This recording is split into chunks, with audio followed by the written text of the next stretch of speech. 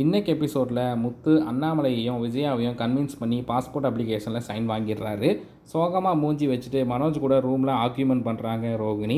மொட்டை மாடியில் மீனா கிட்ட மலேசியா போகிறேன்னு சொல்கிறது எல்லாமே பிளானு. ரோகிணி ஏதாவது பிளான் பண்ணி நம்மளை போக விடாமல் தடுக்கும்னு சொல்கிறாரு.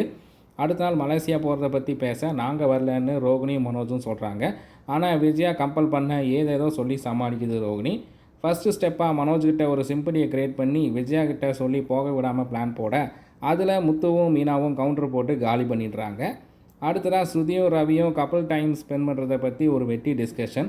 அது எக்ஸ்டெண்ட் ஆகி முத்து மீனா கிட்டேயும் மனோஜ் ரோகிணி கிட்டேயும் கப்பலாக எவ்வளோ நேரம் ஸ்பெண்ட் பண்ணுறீங்கன்னு கேட்டுட்டு நாங்களும் மலேசியா வரோம்னு சொல்ல ஆக திரும்பவும் ரோகிணிக்கு ஆப்பு. நைட்டு முத்து மீனா கிட்ட கண்டிப்பாக ரோகிணி ஏதாவது பிளான் பண்ணும், நம்மளை போகக்கூடாமல் தடுக்கும்னு சொல்கிறாரு.